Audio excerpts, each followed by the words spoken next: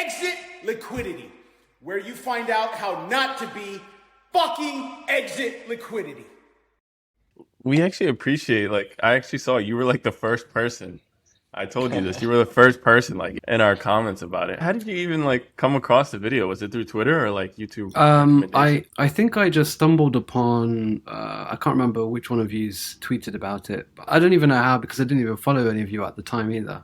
It just came on my feed, and I'm always excited about seeing like people coming into the space creating content, especially us people who are brown people, etc. So it got me excited just seeing like more brown creators in the space. Let's go. So yeah, I clicked on it, and you know what, to be honest, one thing that I really like is, especially when I see content creators who are small or just starting out, I always think that they've always got something nice to share or something new to share, a new opinion. So I thought I'd check it out, and straight away, like within a couple of minutes of watching, I was hooked. Nice. We appreciate that. We really appreciate that. Yeah. How'd you get started with like crypto, and how'd you decide to like make the content and stuff? So when I was in medical school, I think I just started reading about finance, personal finance, investing, all that sort of stuff. I think in medicine, people are so focused on like the sciencey stuff and trying to get published and focus on their careers and whatnot, but they don't really focus too much on the money side of things that come with a career in healthcare. Just when I was in medical school, just reading, and I used to read a lot of books back then, so just built upon it back then. And I think sometime in medical school, I just stumbled upon crypto, and then after that, the more I learned, the more I was interested. So it just kind of grew from there, really. Nice. Have you made like other content before? Bio, or yeah, we're off on the timing here. Go ahead. So, there's a delay. I'm telling you. You go ahead.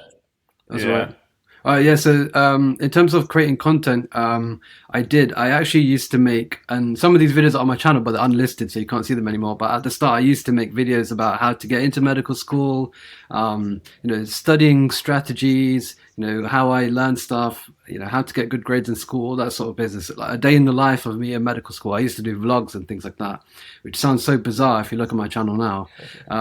But that's basically how I got into the whole content creation side of things. And then I think eventually it came a point where I was like, I'm going to medical school and I'm coming back and making more videos about medical school. It's just too much.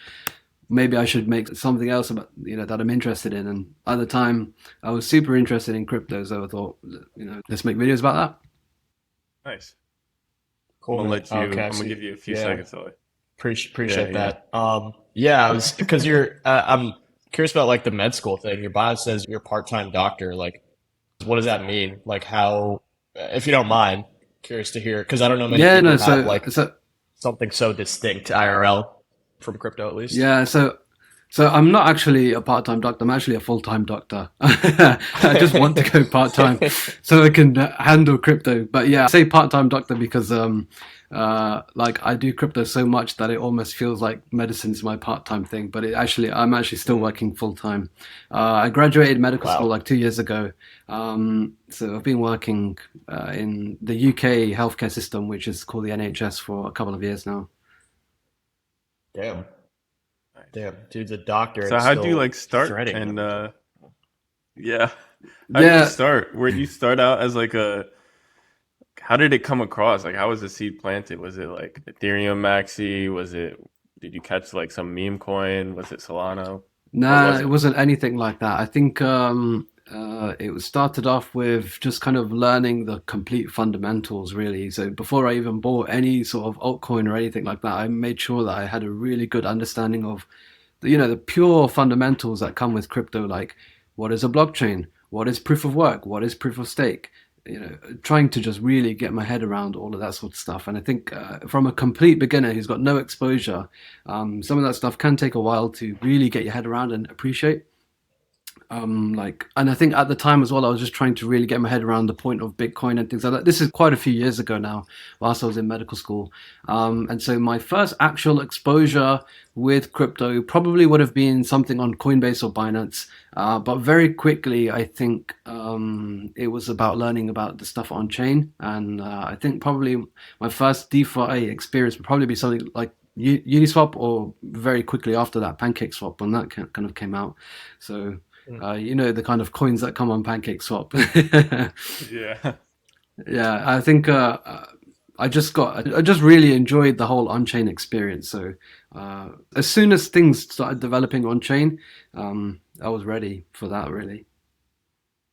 Nice. And what were some of like the first threads that you decided to like write about? The first threads would have been probably a couple of years ago. I probably wrote about maybe I wrote about UST or Luna, Anchor Protocol, something like that, which is kind of some of the content that I made, quite a while back now. I read some threads about NFTs back then as well. But looking back at them, they were really poor, and it's good to see kind of how my writing's kind of changed over time as well. Nice. And at like a very high level, like where do you see your end goal being with like the threads and your writing? Yeah, well, you see, I'm at a very difficult point right now where, I love crypto and I really want to work in crypto. I do work in crypto at the moment, but it's not really a full-time role. And so my end goal really is to find some sort of balance between, my IRL stuff with working as a doctor, but also, having some sort of solid income that I can basically live off from doing the stuff that I enjoy, which is creating content, whether that's video form, written content, or just kind of giving value. And I think really this is something that I probably just developed over the years, that I really like teaching. I've always been a teacher. I used to teach younger students maths and chemistry, sorry. And then kind of after that, just like kind of teaching people about what medical school is like, but then kind of teaching people what crypto is and, how crypto works and some of the things that you can do in DeFi and that sort of stuff. So all of it comes from my passion for education. So if I can my end goal really is to just kind of create an income from that. Nice. Yeah, I agree with that. I think that's like pretty important, and it's a good way to like take you from one level to the next. I feel like me and Ollie are working somewhat in the same direction of just like using the knowledge we have and like trying to not monetize it specifically, but because we also believe, at least for me, I believe like most of the knowledge should be like free. It shouldn't be like gatekept. Like that's an ethos that comes from like crypto and how I learned about it. Definitely. But making this a full-time gig through that education would be awesome. Yeah, I think one of the things that I think in life that I should do is whatever I'm doing, I should be doing it because it's providing value to people, and I think I get an enormous amount of self-satisfaction from providing value, and I think it just makes me enjoy life, enjoy work a lot more. So, the things that I can do to provide value, whether that's educating DeFi or crypto, or whatever, if I can do that full time, it means work is fun. Yeah, for sure. Yeah. And for not to get like down into the weeds of like crypto and stuff, how are you feeling like in general about where? Actually, let's talk a little bit about. I feel like one of our first episodes and why we started this is because like me and Ali as well, and I'm sure a lot of people have become Exit Liquidity for a lot of the Ponzi's that we've been involved in. And so I just want to touch on like a few of maybe the Ponzi's that you've been involved in, or maybe the times where you learned like a really tough lesson in this space. I mean, there's one that really stands out a lot, and it's the whole Luna UST fiasco. So yeah, that's the biggest one for sure. I think I did pretty well in the last bull market actually, but I made the big mistake of when selling the top, consolidating my holdings into UST. So yeah, I learned loads of lessons. I was too overexposed to the whole Terra ecosystem. At the time, I was so interested in everything that Terra were doing, not only just because of the whole UST and Anchor stuff, but a lot of the early content that I made was around like, the delta neutral strategy that you could do on Mirror. Going long and short on stocks, some of the cool stuff on Mars with like leverage farming. They had like self-repaying loans as well on kinetic money. So there was like loads of cool, like really innovative DeFi stuff, which is actually just coming back into play now. Actually, if you look at things like Pendle, it actually existed on Terra like 2 years ago. But yeah, that was the biggest lesson. I learned a lot from it in terms of not only just like risk management, but also like, you know, marrying your bags and like not being emotionally attached and things like that, and really just diversifying a little bit more. Yeah. Yeah, we definitely fell for a lot of the whole Luna ecosystem. We both like wrote stuff about those like delta neutral strategies and stuff. That brought back a lot of flashbacks and PTSD. Yeah, it's like one of my most viewed videos on YouTube as well. Yeah. But so, I definitely learned a lot from that. Yeah. Leading into like the where you're at now, like how are you feeling about the space at like a high level? Do you even like take into account like macro, like how much analysis goes into like how you're feeling today? No, I try and do a bit of everything. I think ultimately I'm a fundamental investor, and you could probably tell from the deep dives and things that I do. But I do try and like pay attention to macro and a bit of technical analysis and things like that as well. But you know, there's only so much really that I think that you can do before you really kind of have to come to a decision yourself. Making that decision yourself is probably the hardest thing, especially when there's so much noise around on Twitter or kind of everywhere. Everyone's got polarizing opinions. Some people think markets are going up. Some people think markets are going down. There's so much information. It's quite easy to get information overloaded. So for me, I keep it simple. I'm very bullish on everything related to crypto, particularly DeFi. I think as long as I feel that way, I'll continue to accumulate assets that I'm bullish on, regardless of price.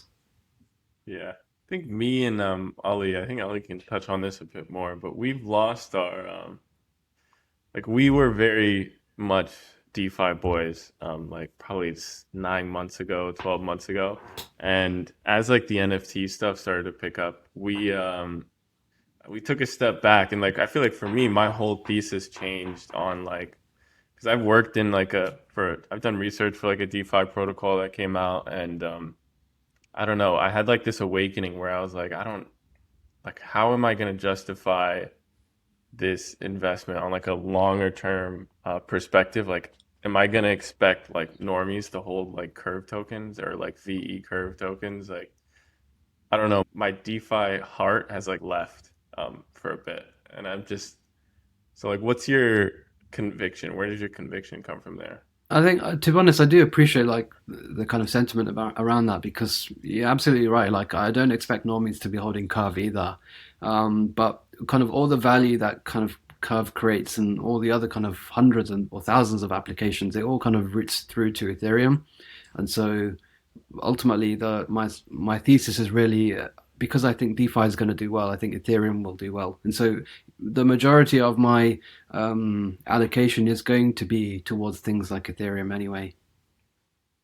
Yeah. I think for me, what kind of happened was like, it feels like for so long, DeFi was just like so uninteresting. Like there were improvements, obviously, but they weren't like marked and like particularly like groundbreaking. So after a while, for me, I kind of just got like bored of sticking around for so long, and then kind of shifted focus for a while, actually, like a good like half a year, and then coming back, and there's all this cool stuff that's been being built for an entire half a year, an entire year. So like the space has completely been transformed, and then there's all this new stuff to get into. So at this point, like DeFi is definitely like way different from what it was like a year ago, but in my opinion, it definitely still has a long way to go. What do you think about like where it's headed right now? Like, what do you think needs to happen to get more adoption, whatever that might mean for you, whether that's like more capital efficiency or like normal people or just better products in their current state? I think all of those things, like you said, are happening. Like, you're absolutely right. Like, the state of DeFi now is so much different to what it was a year ago.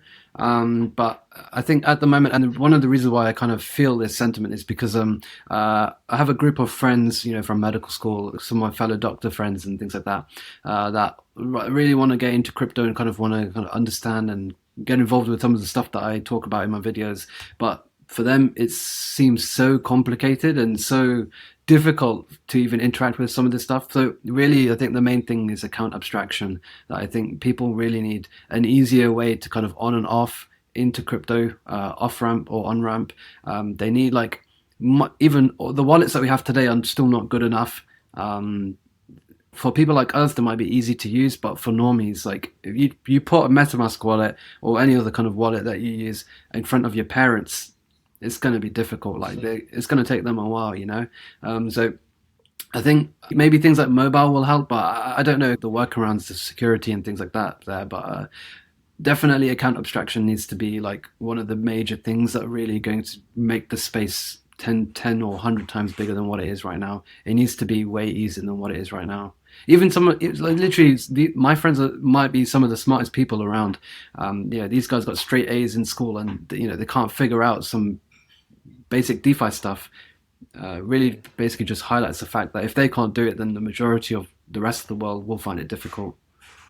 Have you tested out any of these like alternative wallets? Because me and Ollie have talked about this for a bit now, and there was that whole MetaMask thing that was happening with like the past few weeks that people were freaked out about. And it's just, I still haven't found a reason to leave MetaMask. I mean, like, there's different projects that I think are going to do well, but I feel like it's just that, like, that fear, that security fear that, like, this is a new product. I'm not going to put my trust in it when I know MetaMask so well and I know it's going to work. And it's been working for so many people. Have you tested out like the wallet abstraction stuff? I've tested out quite a few. I actually don't use MetaMask anymore. I use Rabi Wallet. Really? Yeah, it's got a much cleaner interface. I know what I'm signing when I'm approving transactions and stuff. They really make it clear what I'm doing. When I'm doing a transaction, I know exactly what funds are going in and what funds are going out. I can see everything on all chains on one page. You can see. What's it called? Rabi, Rabby. Thought it was Braba, or am I thinking of something else? No, it's Rabi. Oh, okay. Oh, I haven't heard much about it. It's got like a You have everything there? Yeah, so one of the great things is that you can actually import your MetaMask account directly into it. So you don't need a new seed phrase or anything like that. You can use the same one that you've got for your wallets at the moment. I think it's been able to like sleep at night and everything with that. Yeah, it's pretty good. It's actually been created by the people who made DBank. Oh, okay. Yeah, same team. So yeah, I really like it. You've got like an in-house approval system as well. So revoking approvals are very easy. You can do it directly on the wallet as well. So if you've like approved some random contract or token or whatever, you can just revoke it within seconds directly on the app. So it looks really nice. There's another wallet that I tried out called Frame, which some of the big DeFi users are using, but I just preferred the experience of Rabi. And ever since I moved over to Rabi, I've never even thought about using MetaMask again. Dang. Damn. That's a big claim. I might have to try it out. Yeah, definitely try it out. The experience is so much smoother than MetaMask, honestly. Really? Yeah, but I think small steps like this are going to make more people get into DeFi and kind of try things out, really. MetaMask is poor, in my opinion. Do you think you can hand something like Rabi to friends or family and they'll be able to use it? Or is it still a little more advanced than that? I think they will be able to use it, but like I think it's still a while away before, like, let's say my parents would be able to kind of use something like Rabi independently. Yeah. But it's still miles better than MetaMask, I'll tell you that. Interesting. Are they like doing anything out of the ordinary, like token DAO governance? Because I know Tallyho does a little bit of that. No, there's no Rabi token. There's nothing like that. It's just a nice wallet, nice user interface, lovely experience. You can see all your tokens in one place. You can revoke approvals. They've got, just try it out. Try it out. Yeah. I mean, worst case scenario is you don't like it and you just delete it. Yeah. Yeah. Good point. Yeah. So that was my theory with testing out some of the different wallets. I tested out X DeFi wallet, Frame, Rabi, Kepler, a few other wallets as well, and Frame was the one that Rabi, was the one that I enjoyed the most. Nice. Have you made a video on that? Yeah. Yeah. Cool. I see you have some like video. I know you mentioned the video of you're going from like 0 to six figures. Yeah. How's that been going? Yeah, What so kind of far, I stuff mean, have you been tapping into? so far it's pretty good. I mean, it's a portfolio where I'm continuously adding money. So I think in the next episode, I probably need to clarify that because a few people have messaged me saying, "Wait, I thought you were starting off with $500 and making it into 100K. Like, what's going on there? Why does your money keep going up?" So it's basically just me just showcasing, what I'm buying and me just kind of explaining my thesis behind it. I'm not asking anyone to copy me because most likely some of the things are going to go down, and they are, in fact. But it's just a way for me to just also like have some history where I can also go back in time and look. Oh, look, 6 months ago, these were my thoughts on this particular token. Yeah. What's changed. So it's a way for me to. It's basically an online journal of what I'm thinking at any point in time in the market. So, and it's a fun way to interact with other people and kind of get thoughts and things like that regarding what I'm doing. So I thought it was just a fun little thing to do. Let's see how it goes.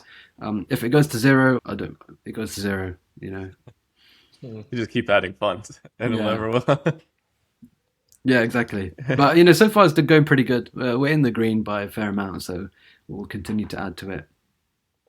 Is this like more of like a degen portfolio, or are you keeping it high level for like with like all L1s and stuff? Or I would say that it's somewhere in between. Like it's definitely not just a top 10 crypto holdings. It's like a wallet with Bitcoin, ETH, and Matic or something like that. It's got a variety, some kind of low market cap coins in as well, but so it's somewhere in the middle really. But really, it's just me just trying to rationalize some of the thoughts that I have and some of the interesting things that I like, and kind of that's it really.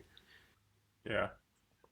For your like high level theses, what is your take on L1s, L2s, how that kind of plays out in the future, near term and long term? Because just to like lay the land, me and Ali had an argument about this yesterday. Like, when the Telegram arguments go from like text messages to like voice memos, Yeah. like that's where it started because we had to get our points across to each other. But basically, I tweeted a bit about the Solana and Solana phone, basically saying like because Ali was talking I about how saw that. good the UX is on Solana, Mm. and I just said if you think the UX on Solana is so good, why don't you have a Solana phone? And yes, that take like kind of is very broad and kind of throws away everything they've ever Wrong. done and maybe wrong. But I think my sentiment for that was I just don't think Solana is good enough and that different or that like extraordinary for me to put my funds there. And I have a Solana PFP. I mean, like I Yeah. have my profile picture is a Solana NFT project. So I do think there's something there, but it just hasn't been enough to me. And I don't know if What's Ali's thoughts? Ali, you can take that. I think that like most of that is valid, but I also think that for where they're at right now, and like yes, they have good UX. I'm not gonna go buy a new fucking phone because I used a wallet that was better than MetaMask. Like it's more so just the idea that I think that if we're gonna have like if we're gonna have on-chain consumer-facing apps one day, then right now Solana is better positioned for certain use cases than even layer 2 is. And things like layer 3 and even like properly optimized L2s are still a far way along. And I think that people have just given Solana too much shit for what it's actually like worth. I think that and I think this is also like I think me and Cedo have pretty different feeds because what he sees is like people more bullish on it and people thinking that a return to something close to what it once was is likely. Whereas like on my feed, I mostly see just like FUD and like super like ETH maxi stuff. So it could just be like a different information bubble too. But um, I don't know. I just think that I think that for some of like the no-brainer blockchain use cases, like Solana could do them better than Ethereum without needing to compete with Ethereum. Like they can coexist just fine, I think. I'm gonna save my rebuttal and give you the floor to kind of give your L2 versus L1 and Solana versus Ethereum. It's not really Solana versus Ethereum. Just your thoughts on any L1s, anything that you do on them, kind of how you feel overall about what their long-term outlooks look like. So I use Ethereum mainnet quite a lot, particularly some of the stuff on Curve or Convex or Yearn or any of those kind of DeFi farming platforms. And I think it's clear to see that most people can't access that sort of stuff. So there is clearly a need for alternatives still. Even today, when gas fees or Ethereum price is like 50% lower than what it was before, there's still a need. So there's still that block space demand elsewhere. I think we've clearly seen that layer 2s have been working pretty well. We've seen the rise of Optimism and Arbitrum, and now ZK Sync, and there's like hundreds more coming as well. So it's clear to see that those are working. But I think also the alt layer ones still have value. It's clear to see, in my opinion anyway, that there is value on networks like Polygon, for example.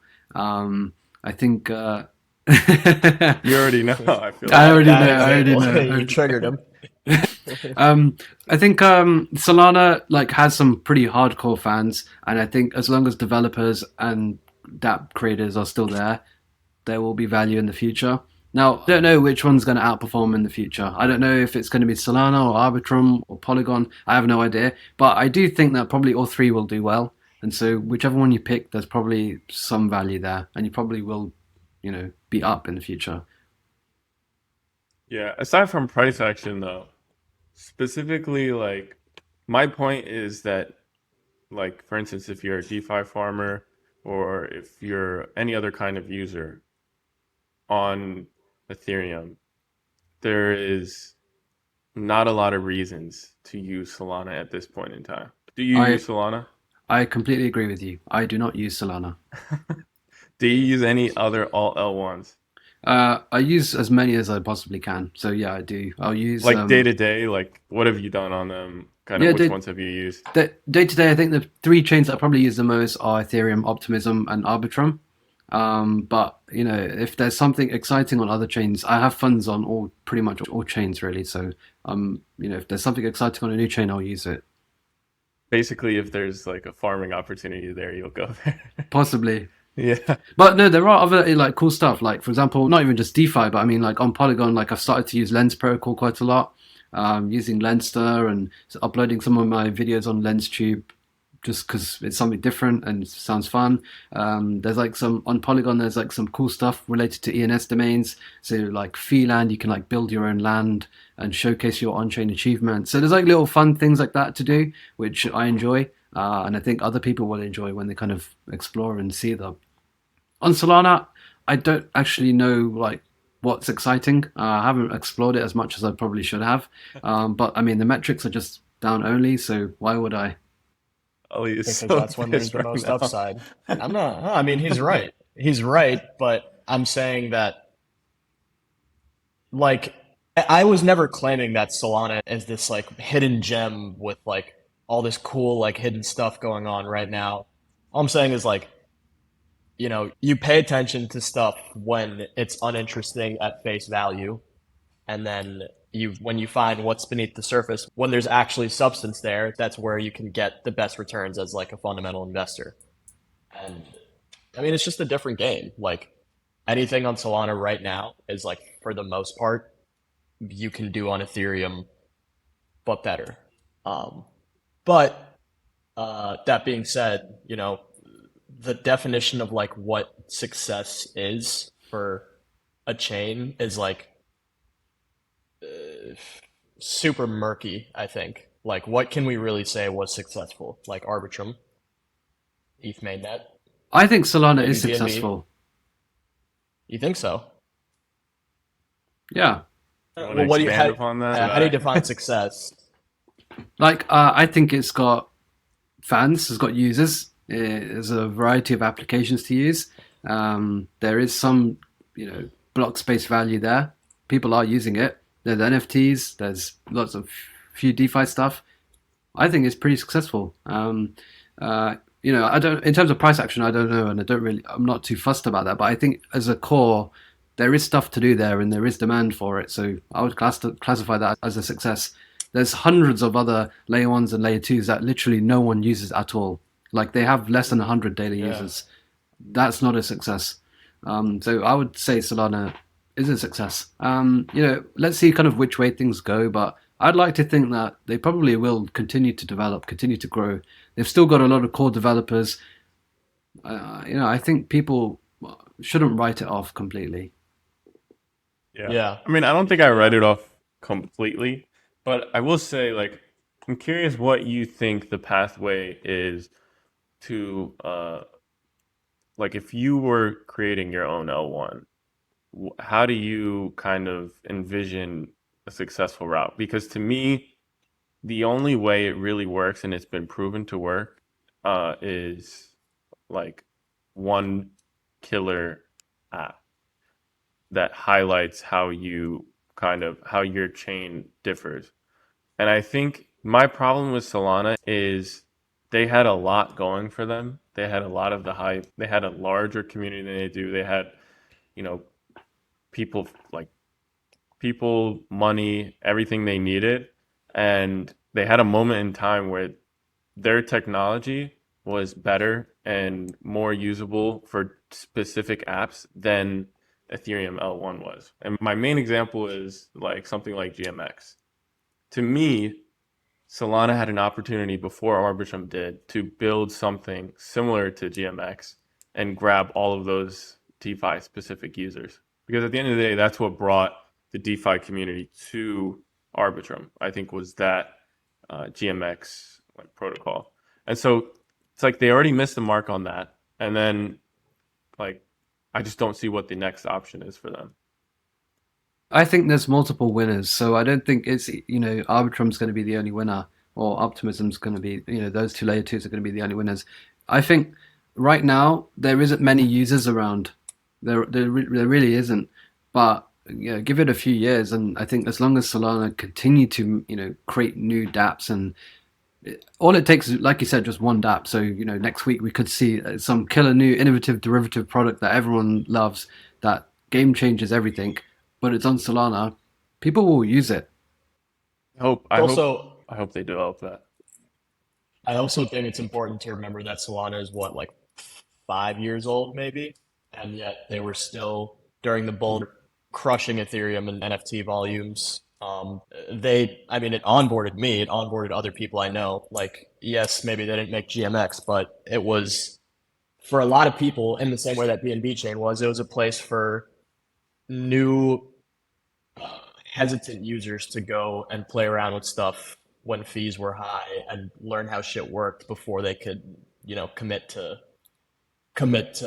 moving over to Ethereum or moving over to something that's either a bit more challenging or a bit more expensive to use. So that's a success in its own way in my eyes. But to me, that opportunity won't happen again for Solana. Ethereum communities found the solution for those users. Dude, and did so you when see people gas? Did you see gas last week? Yeah, horrible. On Arbitrum? On Arbitrum or ETH mainnet? I mean, Arbitrum was not more than $1 at any point. I think the highest I saw was like 60 cents, maybe. ZK Sync I know was fucked. I think people were paying like $30 there, and ETH mainnet was, you know, 30-40 bucks. And keep in mind, there's like 5 of us on chain right now. Like, what happens when we have actual users? That's why I think all of them will do well. Yeah, I guess we'll wait and see for that one. But my money's not on Solana, to be honest. I mean, that's the thing. Like, we've only got a limited amount of capital, so we have to pick our winners and losers. But I think ultimately all of them will do well. I don't know which ones will do more well than others, but that's the ones that we have to decide based on, you know, the information that we have. How would you what's like an ideal, not in terms of like what you would buy, but like in terms of how you would balance it? What's an ideal like portfolio allocation for you across like high risk plays versus whatever you'd consider blue chip? Like, what's ideal? Yeah, well, Yeah, well, I guess obviously it depends on the person. Everyone's lives are completely different. So my portfolio is going to be completely different to other people's portfolio. I'm in a place where I'm able to take more risk, and so my portfolio will always be a bit more on the risk side than anything else. So I won't have a portfolio that's like 50% ETH and Bitcoin, etc. Mine would be much lower. Um, and otherwise, I kind of try and balance across a variety of different areas. So I kind of cover everything. So I'd like to have, some allocation towards layer ones and layer twos, some allocation towards DeFi, some allocation towards stablecoins, some allocation to NFTs, some allocation to derivatives or kind of other stuff, and some allocation to infrastructure, maybe like Chainlink, for example. So I think finding some sort of balance between them all is kind of what I think is an ideal portfolio, and those percentages will change based from person to person. So I try and basically build my portfolio over those categories, and yeah, pick the winners in each of those categories. What kind of, so speaking of those winners, like what are your not highest conviction bets, but like what products or protocols are you like most surprised by, most intrigued by, that you use the most, that you see doing well next bull? I think in terms of like layer ones and layer twos, like it's the main ones that we all talk about already.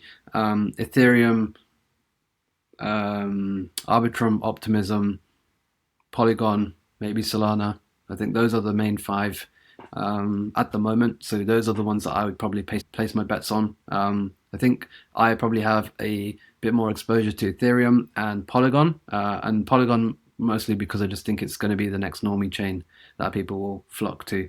Really? Interesting. Yeah. You think they'll be able to handle that influx? I mean, let's see. They've got a variety of products that they're building. Let's see how scalable they can make things like zkEVM. It's still early days, but things change in crypto really fast. 6 months ago it was completely different, and in 6 months' time it will be completely different. So, but yeah, I'm hedging. I'm hedging my bets there. Just because of that. But then I think ultimately, like I'm a DeFi heavy user, so most of my portfolio will be like DeFi related. There's a lot of products that I like and use pretty much every single day. The whole curve flywheel effect, so things like Frax and Convex I use a lot. And there's lots of ways to kind of get leveraged exposure to the whole curve wars as well. So I'll hedge my bets with them. Like Conic Finance, for example. I don't know if you guys are familiar with it. I think Ollie's had a run with them. Somewhat. Yeah. Yeah. So things like that. I'm really familiar, but cool. It's a really cool protocol. I definitely recommend checking it out. Basically leverage bet on Curve. Frax, I'm a huge fan of Frax, just because I think the team are like really focusing on innovating DeFi and creating some of the most interesting products around. And we saw that with their Frax ETH liquid staking derivative. And I think they've got some interesting things coming up. There's Frax V3 coming up pretty soon. So Twitter log will be full of that pretty soon. And then other kind of DeFi stuff, I like things like Butterfly by Redacted. I like Olympus, which have really innovated quite a lot over the last year with range-bound stability. And then, just kind of concentrate my bets around, things in DeFi that are most interesting. I think things like options as well are kind of, I don't think they're there yet. I think they still need a bit of work, but there's definitely some really interesting products around and some new ones coming pretty soon, like IVX and Risk that I'm keeping a close eye on. I think Lyra at the moment probably have the best options kind of platform around, the one that I use anyway. And then kind of what other DeFi stuff is there? There's a lot of NFT finance stuff coming. I mean, you guys will know better than I will. I'm still trying to learn and kind of see, which winners there are from that category. So yeah, that's basically where I'm hedging my bets at the moment. Have you tried out AEVO yet? It's like built from Ribbon. Yeah. Nah, I've had a look. I haven't actually used it myself yet, but I have had a look at it.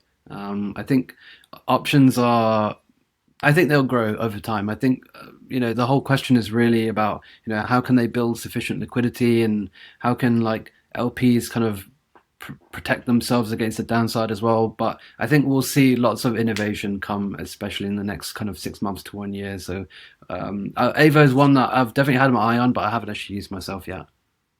It's I mean, I think it definitely has like one of the better, if not, well, maybe not the best, but definitely one of like the top user experiences in like the option space. But like Yeah.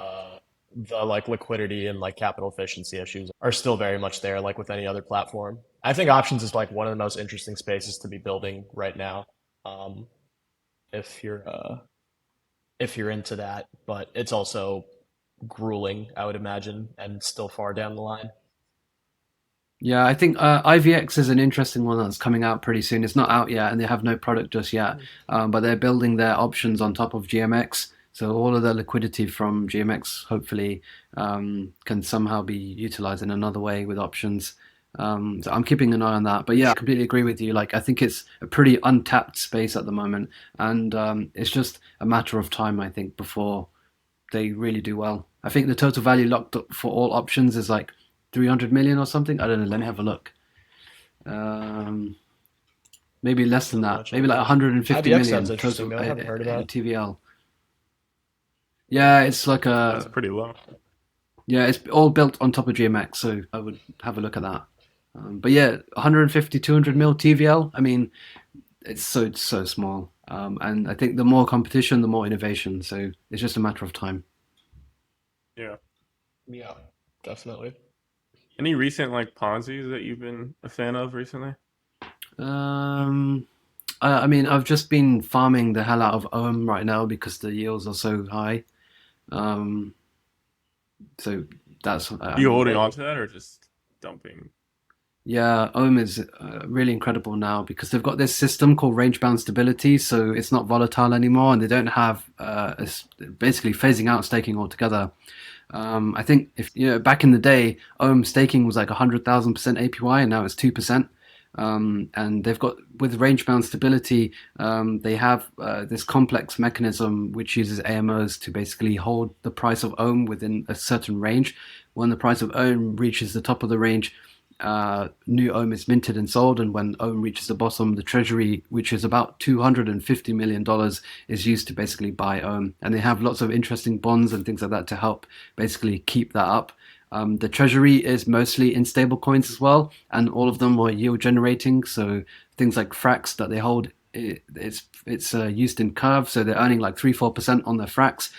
That's used to build the treasury, which ultimately leads to greater backing for OM.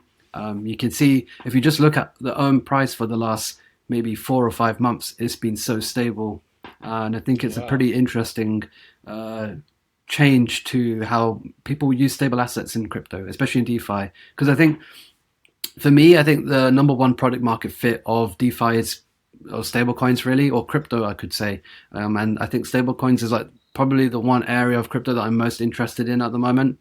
So any product built with or on or with the concept of stablecoins pretty much has me hooked straight away. And I think a lot of that comes from like just looking at kind of macro stuff and seeing how people are using stablecoins in Turkey and Lebanon, where inflation rates are so high. And in Turkey nowadays, if most people are not using Turkish liras, they're using USDT on Tron, and it's traded at a 12% premium there. So the more stablecoin products that come around, the more excited I am. Yeah, I think OM is definitely, Olympus is definitely like changing the way that we use stable assets, especially with the recent USDC and Circle issue, Silicon Valley Bank issue. So I think, yeah, it's definitely caught my eye, and I'm definitely interested in OM.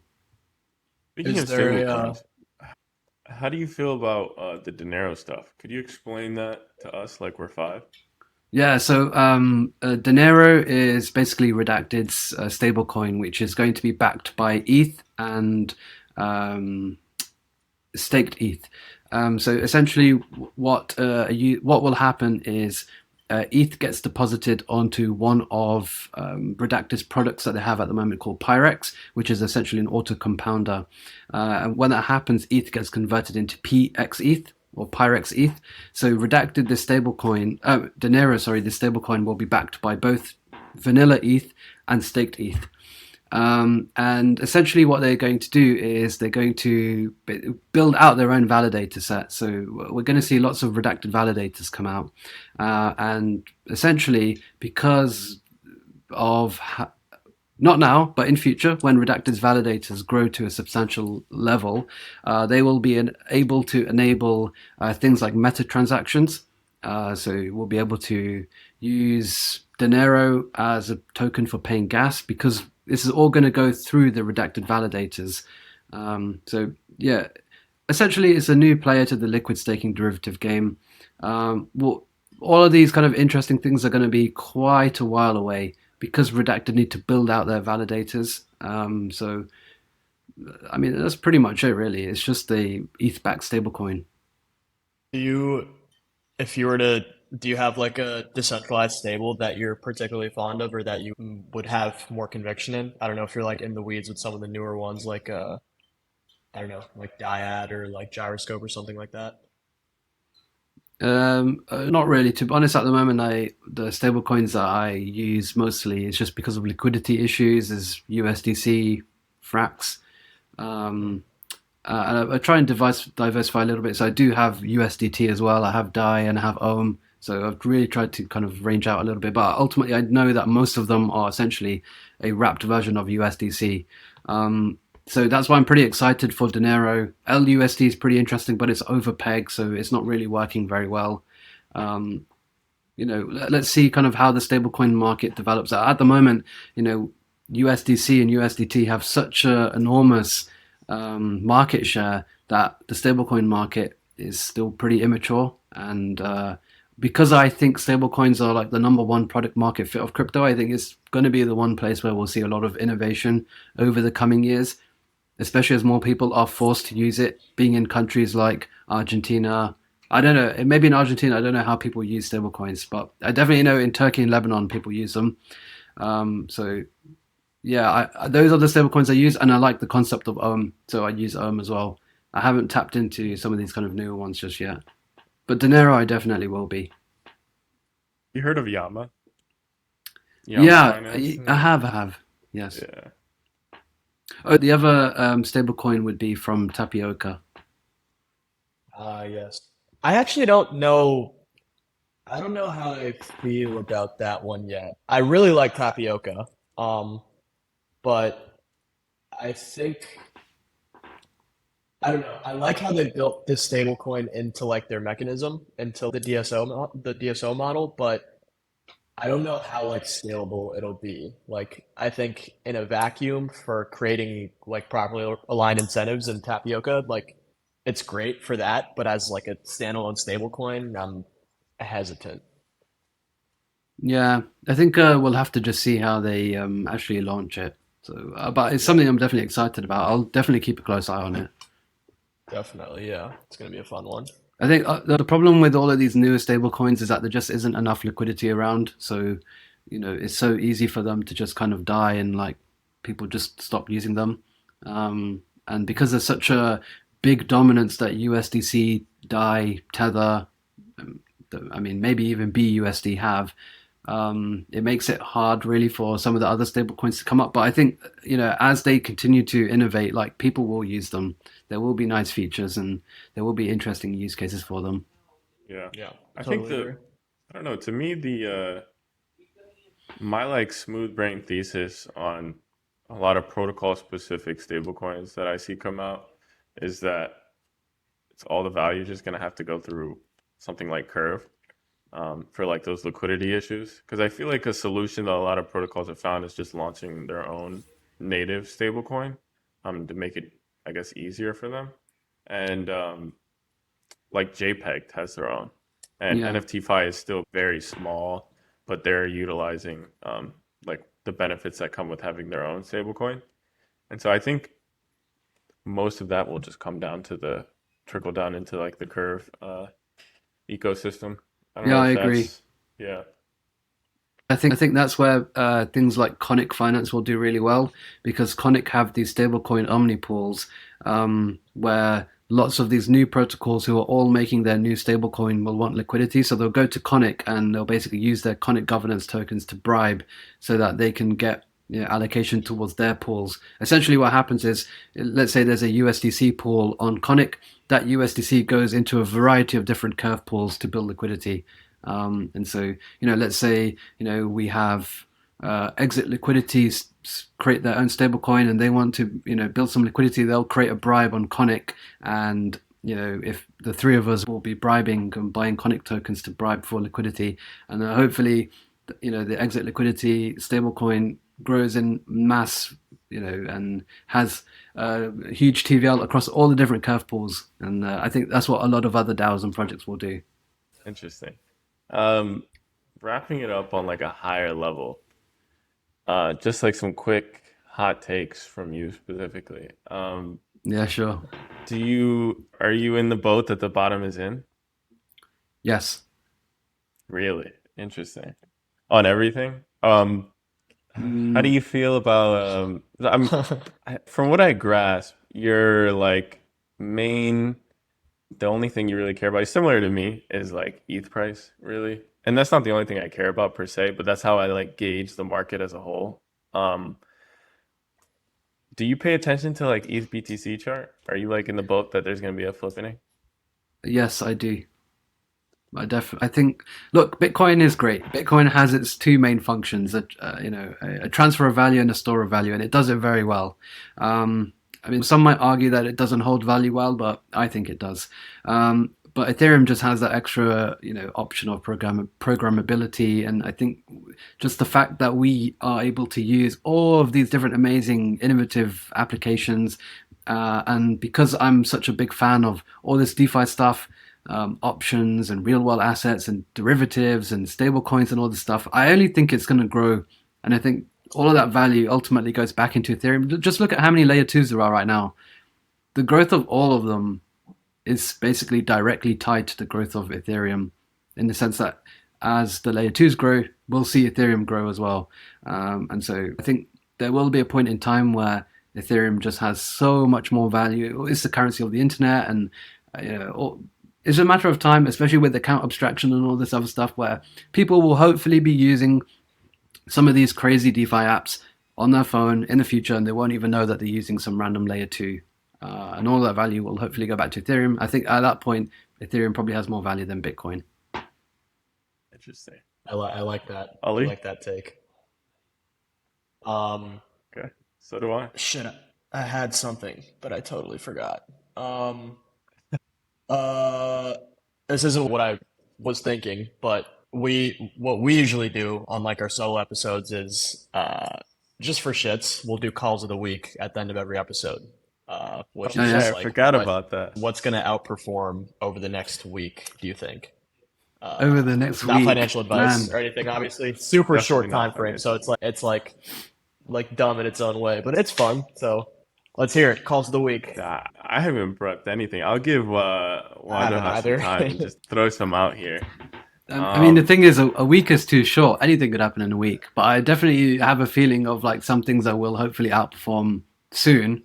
I don't know if that's going to happen this week or next week or something. But I mean, we have like hopefully Curve USD coming out pretty soon. I think as soon as Curve USD comes out, just watch Curve and Conic and all of those kind of things really outperform.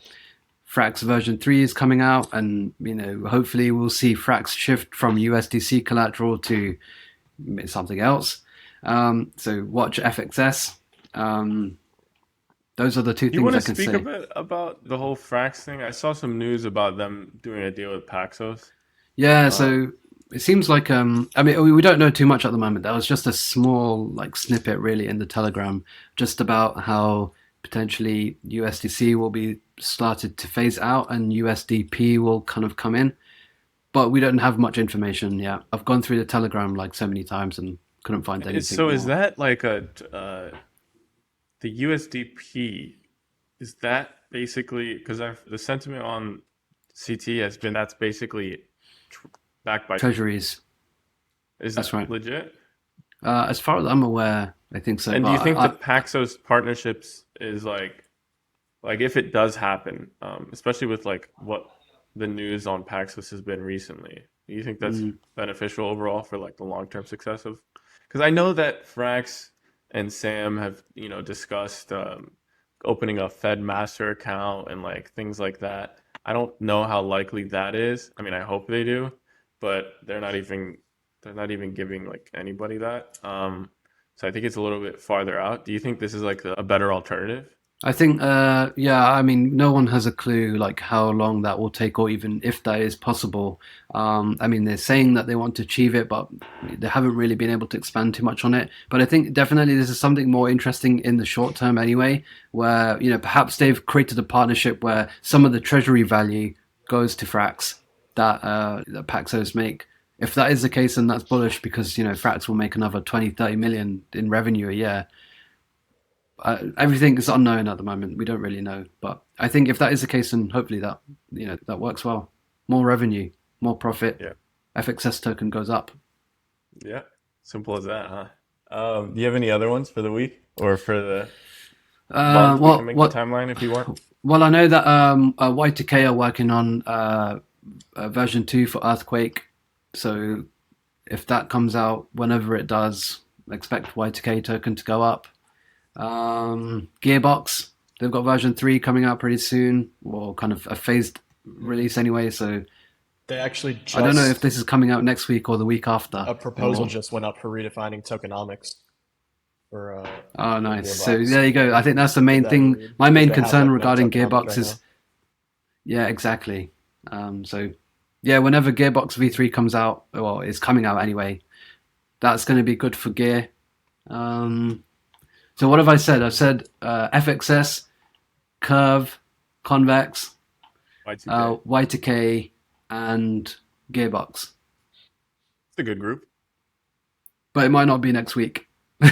Yeah. I honestly have nothing high conviction. I'm not gonna lie. I mean, this is less of like buy this today and pray that it goes up in a week, but if there's ever a world where you see Arbitrum close to $1, you should buy that.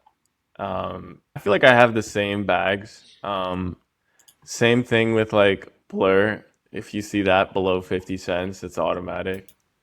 Need to spend more time looking at Blur. I'm versed myself. My analysis on Blur is not fundamental in any way, shape, or form. I think those guys just build out everything that's needed. And if you want to bet on like NFT growth and adoption and I also think this is like, there's no fundamental, like I have no alpha in terms of whether this is legit or not, but based on the guys that I think they are and the interviews I've listened with Pac-Man, I think they're going to stay on cutting edge for everything to do with NFTs and NFT-Fi.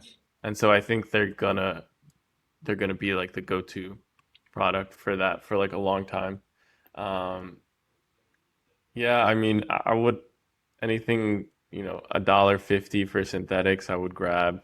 I would also just like, I'm probably going to start using them because they're doing the OP rewards, incentives and stuff.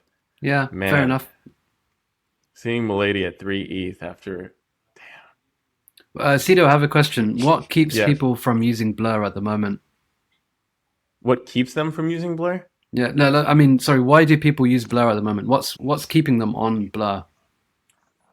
I think they will garner people's attention for the foreseeable future and after that because they can do more things. They can do not just like incentivizing with tokens and airdrops, but they can with their token and with its current valuation and future valuation, I think is not going to be far off of where it is now. I think what happens is their like maneuverability and it's a security. It's not a security, but like if you're doing illegal things versus doing legal things, so OpenSea versus Blur, you have more flexibility and you can drive people to your product when you're able to do illegal things versus OpenSea that's like bound by their legality, I feel like. And I think that alone is going to keep people using Blur. I also think it's a better product than OpenSea Pro, even with that bullshit that came out and like people fantasizing about some dumb gem NFT or whatever. I think Blur's partnerships, their ethos, their like products that they have in the pipeline are going to keep people coming, and they clearly know how to drive incentives. I mean, they worked through that whole incentivization airdrop and have kept the hype going. They have a roadmap with shit that's like literally blurred out. Like they're gonna keep attention in people's mind for a long time. NFT volumes are at an all-time Dude, when low it came right now, since like 22. Not all time, okay, that's since the like NFT 2021. market. That's the NFT market in general. That's the NFT market in general. But I think the thing with Blur is, oh, fuck, I lost my train of thought. But OpenSea just can't do the same things Blur can do, and it comes with a token. I think it all revolves around the ability they have with the token. What happens if another protocol or platform comes out next week that does what Blur can do? Will people move over? No. Yeah, it's already happening. Like people are not gonna. I think is what it's called. Yeah. Are people moving over or not? People farmed it. People are farming it still, but no one's becoming like a magically power user. Like Blur has done a good job retaining for the most part, and also like their approach to like UX and NFT trading in general was novel at the time, and people like Magically or like OpenSea Pro are pretty much just copying them. I honestly think they're both better now in UX compared to Blur, but Blur's stickier because the incentives are going to be way higher there, and people are used to Blur by now. So no, like it's not that much better that people are going to go and switch. Doing what Blur did was considered impossible before they came out. So I like in a place where like a lot of stuff is hot air and all you can really bet on is teams, I'm putting my money behind a team that did what they did because I think they're going to be able to iterate further on that. I just wonder, does Blur have the same effect that Uniswap has? Like, even though there's better exchanges around, people still use Uniswap. Is the same thing going to happen with Blur? See, Uniswap came out with an actual token. Whether or not it has fee share and all of those things is a different story. But that token allowed for the speculation. And OpenSea doesn't have that alone in itself. And then there's also the governance aspects. So when you're releasing a token that has no like intrinsic value but has speculation value and you can do governance, it's like you're absorbing all of the decentralized ethos that come with being involved in crypto. And so I feel like me as a user, I gravitate towards protocols that like invoke that ethos. Just off that, I feel like that's what the main purpose of the token really is. And when you're with OpenSea, like when you use Blur, it's like a little cliche, but like you feel like you're a part of the growth. That's what happens with like, joining these fucking cults of crypto protocols. But you're a part of the growth. You tell other people to use it because, token price goes up when other people use it. It's the idea of like with Amazon, if Amazon was tokenized and your Prime membership was tokenized, you would be like incentivized to have more people use it and tell more people about it. But I think like OpenSea just loses all of that when they because there's no retail that's just going to buy NFTs right now. And so like the pro people and the degenerate people are carrying the market right now. And I think they're going to stick around with Blur. I don't think they're going to go back to OpenSea. Like so Uniswap. Is it? Go on, Ali. Yeah, the Uniswap comparison is tough to make though, because Uniswap was much more innovative at its time with V1 and V3 both, I think, and I think the reason people still use it now, or the reason it's retained so much, is because what V3 offered, people weren't able to find elsewhere, whereas with Blur, you can't fork what they did with capturing so much of OpenSea share with pretty much how they expose like the whole nature behind your average NFT trader and how all it took was well-aligned incentives to get that attention. I don't think that's like as sticky as what Uniswap did or what UniV3 does now. Because if anything, it proved more so how low switching costs are, how easy it is, not how easy it is, but the fact that it's feasible to get people to switch in mass to a new product without having too much of a significant innovation over the incumbents. I think like filling the bags of people that are threaders, and there's a community behind Blur that whenever a new product comes out or a new feature comes out, you're gonna see a shit ton of threads upon it, and people are gonna start speculating on it again. And you can't do that. You can't do that with OpenSea. Like fucking McKenna or whoever, like pick your favorite threader, is not gonna make a thread on an OpenSea product because there's no fucking speculation for it. They don't have any bags of it. Yeah, But makes these sense. people are, yeah. And so like when the normies come back, like they're gonna hear about Blur more often than they're gonna hear about OpenSea because there's a token to speculate on. Yeah, fair enough. I mean, the other day, I haven't bought an NFT for a long time now, but the other day I was looking at some and I did want to buy one. But when I went to Which Blur, one? I couldn't even find it. Damien Hirst, the currency.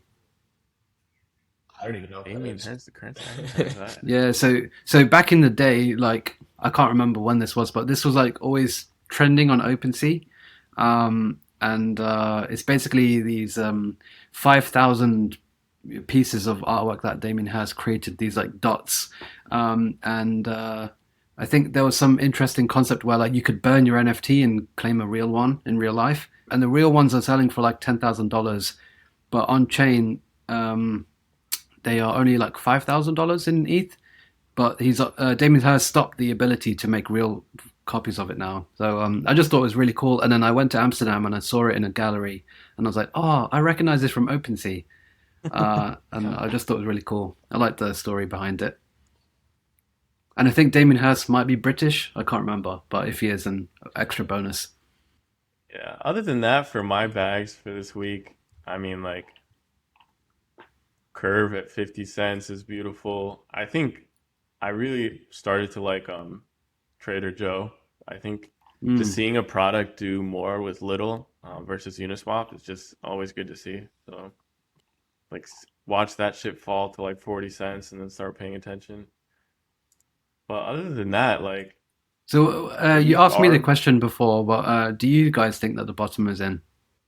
I don't like to answer that I question. mean, I take offense to that.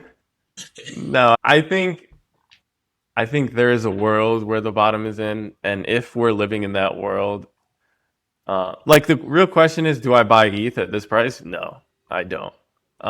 When it starts getting closer to like 1,400, you know, but if it gets to $1,000 ever again, like yeah, I'm loading up. Like If it gets put to the house up. $1,000, I'm selling my house and buying ETH. Exactly. Yeah, that's like A lot that's is pretty much it for done. me.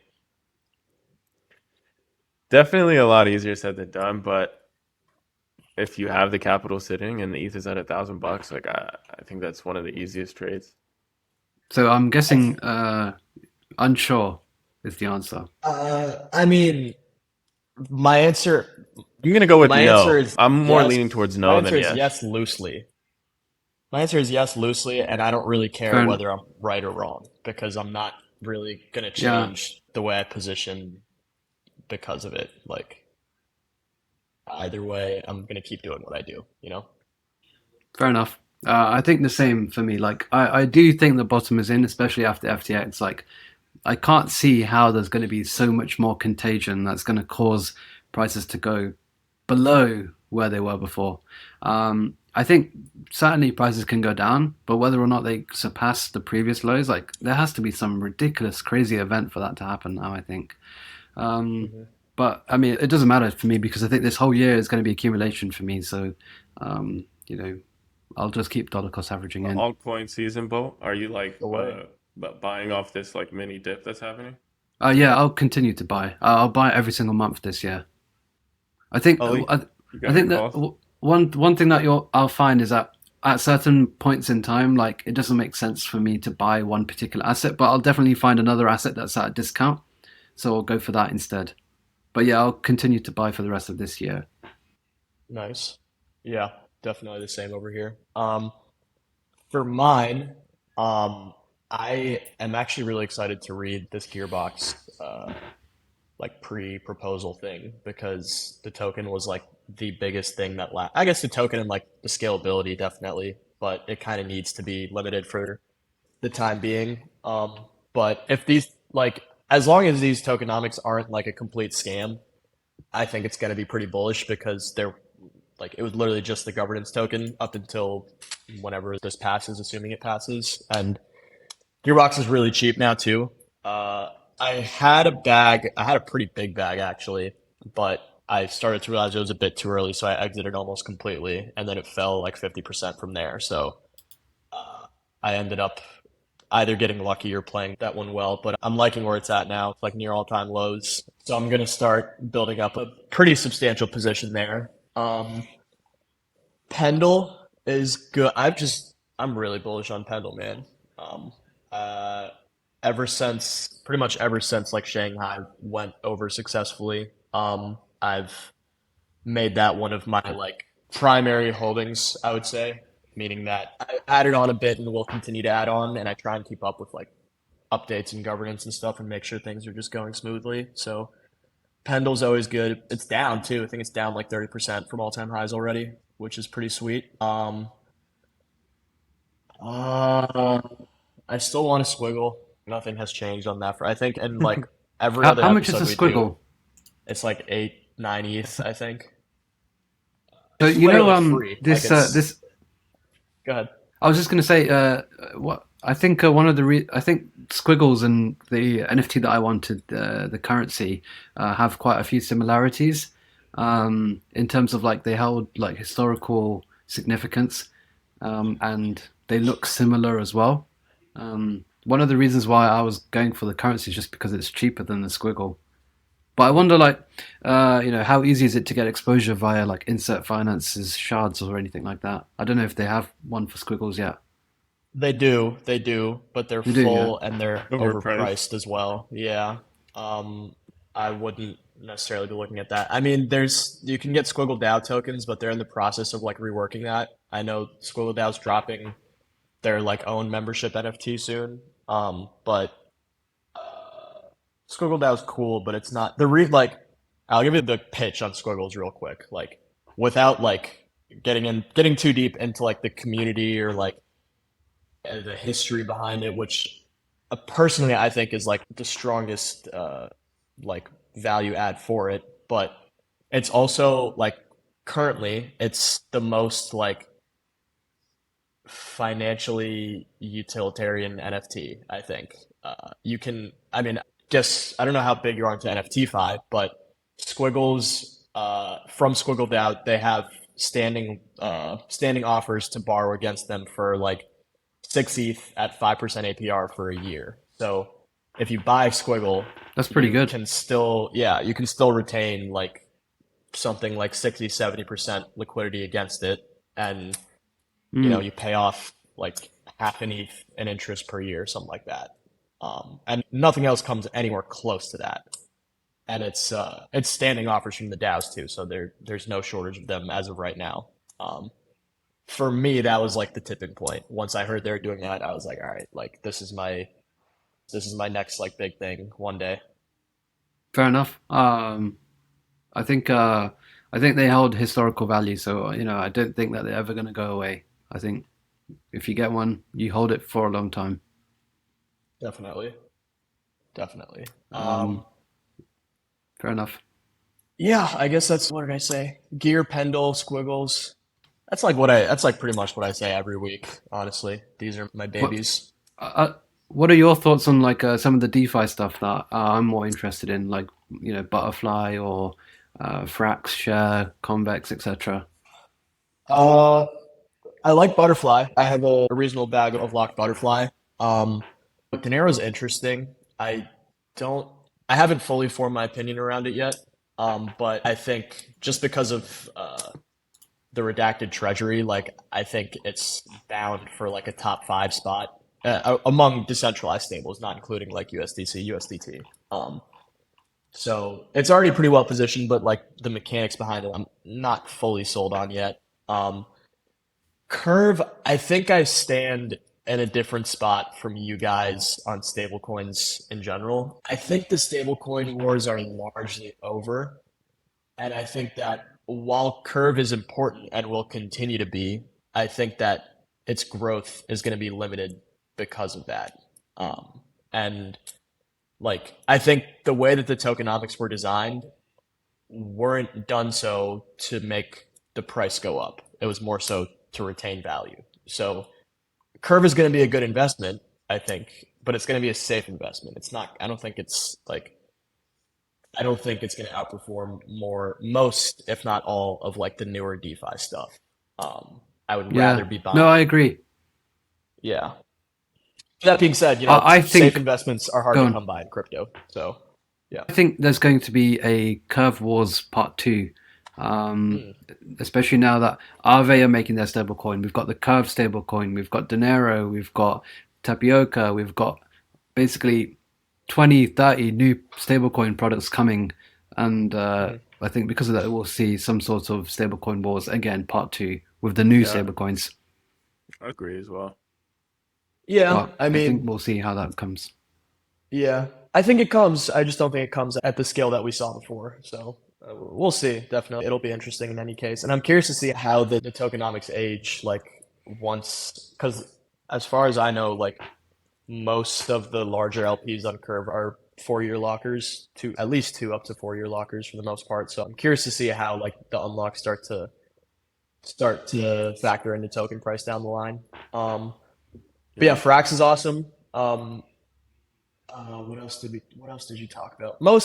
I think it sounds like what you're mostly into is like the remnants of what like succeeded in the earlier days of DeFi, which is like super, super important, I think. Products that I love, teams that I love. But some of them, Curve, Convex, I haven't looked into Conic yet too much, but if it's a leverage bet on Curve, then I probably have a similar take there. Bit more lukewarm on, I would say, in terms of the future outlook. Fair enough. I think, go on. I was going to mention for one of Ali's takes, because he reminded us of it in the DMs, for the DAO incentives that are coming to the Arbitrum DAOs. People should probably start paying attention to what happens on the governance side of those things. I feel like that's a good place to, precede any speculation in token price for these DAOs. Yeah, maybe. I mean, I don't know how they're going to play out. I'm not expecting them to give out any kind of incentives or anything. I think they should just basically hold on to the ARB and build their treasury. Interesting. Yeah, I'm not expecting any crazy rewards or anything like that. I actually think Magic is going to start giving out some good rewards. I feel like if they lean into some of the games they have on their platform and start rewarding people for playing them with ARB tokens, that'd be cool. Have you played any Magic games? Because I know people talk about how they have, but I haven't. I played Bridge World a while back, but Bridge World is pretty just like farmy, click and earn type of thing. Yeah, no, I haven't. I think the last thing that I used to play was DeFi Kingdoms. I dodged that one, thankfully. I got lucky. I think I sold the top, or very close to the top on that. It became so overvalued to me, and it just felt like pure euphoria at the time, so I just got out. Damn. All right. That is... Oh, dude, I never did an intro. This is episode 15? Episode 15 of the Exit Liquidity Pod. We got a big announcement for the coming weeks. Got some big stuff planned. So we appreciate you for coming on, Wajahats. I really appreciate you.